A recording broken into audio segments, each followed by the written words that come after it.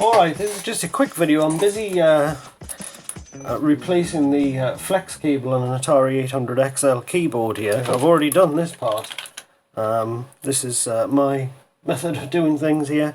I've got a 24-way DuPont connector on the end and a 4-way just to make up for the rest of the pins there.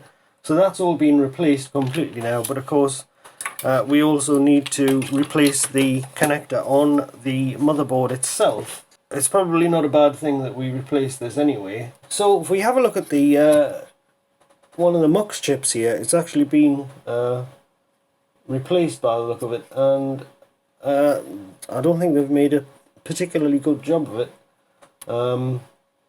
There's some blobs of solder on the side. There may actually be some shorts on there. I think we better have a look. Let's have a look. And that could actually explain why the keyboard doesn't work. So I may have replaced the cable when I didn't need to, although I probably did need to. It was wrecked. So I can't see any shorts there, so I don't know. It may actually work, but there's some more problems. That's the underside of that chip, and it just doesn't look very good at all. Amateur hour! I've got tears in my eyes. I might have to get a reference board here just to see how things are supposed to look here. So we've got a short there. I don't think that's supposed to be a short. I don't think they're supposed to be shorted either. So that might explain a lot. Yeah, it's probably similar to this one here, where it's not supposed to be shorted there, so we need to clean that up. Now, also, somebody has decided to do a recap on this board here, and oh wow, just some really awful soldering on here. Now we've got this here, this sort of blobby arrangement, that's under an electrolytic cap over on the top side, but more alarmingly than that even, if we, I think we'll have to flip the board over to see this.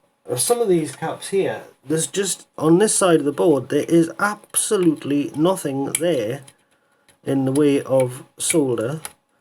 In fact, he's managed to rip the pad out there, or the via, the plate through rather. So if we look here, you can see there's kind of blobs coming out the side of the cap. What the hell's all this about here? If you can't solder at all, just give it to somebody who can, or get more practice. This is some of the worst I've seen actually. It's really bad. And no offense to anybody who's trying to learn this stuff, but somebody crushed this resistor here when they were putting the shield back on, because I've just taken the shield off and I didn't do this. So we can straighten that up. There was another one at the far end there. And here, if we look again, we've got... What's going on here? Some solder?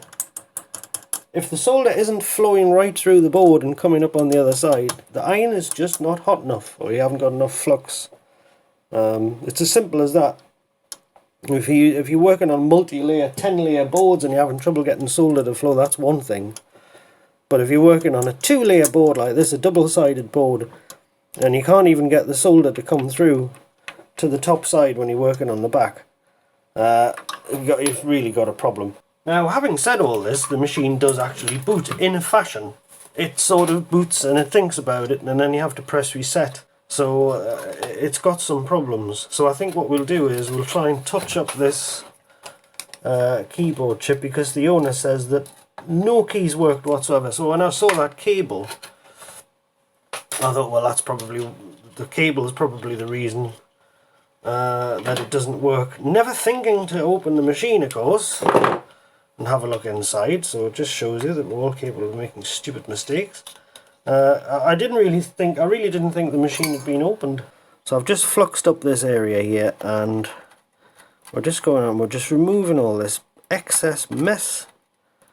Are they supposed to be? They are shorted together anyway on the board. That's fine. but you're just getting rid of the... What's happened to this leg? The chip leg's bent. I'll just go over here and get rid of some of the excess. Oh, what a mess. What a mess. Used a lot of solder, but none of it went in the right place. It's remarkable. That looks actually like it's shorted between the... And it looks like it's... Oh, don't say it's alloy solder. Lead-free solder by the look of it. Oh, Christ. Just awful. Just don't. Just don't use it. We'll add some 60/40 on here and see if that improves things a bit. This soldering is just criminal. Absolutely criminal. I've got these huge mountains of alloy, lead-free bloody solder on these legs that haven't been trimmed properly. I mean, why, if you're going to go to the trouble of recapping a board, as far as the capacitors are concerned, he's just made it worse because the machine's now unstable. Right, I've had another look at this 800XL with the horrendous recapping job on it, and I've gone over the back of the board a little bit more. I've reaffixed this capacitor here. Now we've still got some strange behaviour going on here. Let me show you what happens. Okay, so if we switch on from cold, it's switched on now, and we've got a good 4-5 seconds with no video. And then we get a screen, but we get no SIO boot noise. Okay, so if I turn it off again and turn it back on quickly, we get video and we get straight to the self-test.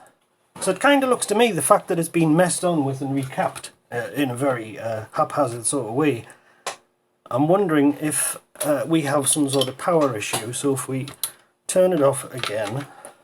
Alright, let's see if we get what's going on with this composite sync signal, and that should be on pin 15 of CD4050. So if we measure that and we get nothing, and then we suddenly get sync a few seconds later. So what's going on with this? We should really have a composite sync signal straight away. So what the hell is going on there? So does this chip get power? The power pin is pin 1 on here. I'm not being too fussy about the ground points. Has it been left turned off long enough to see? Right, we've got no picture, but we got 5 volts. So CD4050 is getting power, but it's not generating any composite output. For the first few seconds. Now, where does CD4050 get its data from? Well, it gets its data from GTIE. So is GTIE getting power? I'll measure it across the decoupling cap there, turn it on, and we've got no picture, but GTIE gets power.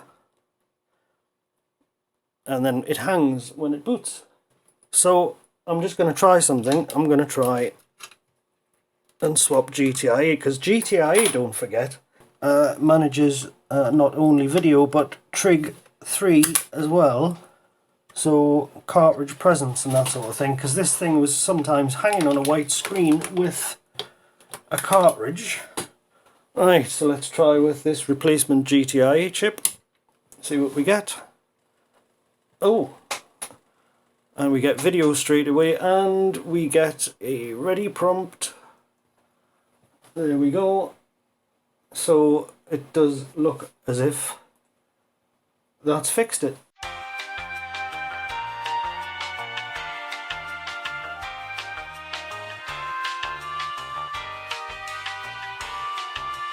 So an easy fix at the end of the day, but I was a bit worried that it was beyond help because of the awful recapping job. I've still got to see if the keyboard works here. We might have to do a little bit of work on the that CD4051, and of course I've got to replace the keyboard connector as well, but basically the thing seems to work. So I hope you found that one interesting. I thought it was quite a curious little machine, this one, but what with the recapping job and some man-made problems. You've got to be careful of that when you're trying to troubleshoot stuff like that you don't get distracted by red herrings. There's, as soon as I see that a board's been messed around with, and I hate boards that have been messed around with by somebody else, you can easily lose track of the scent. So anyway, there you go, this is basically fixed, and just do a couple more things to it and get it sent back. So thank you very much for watching, and I'll see you in the next video.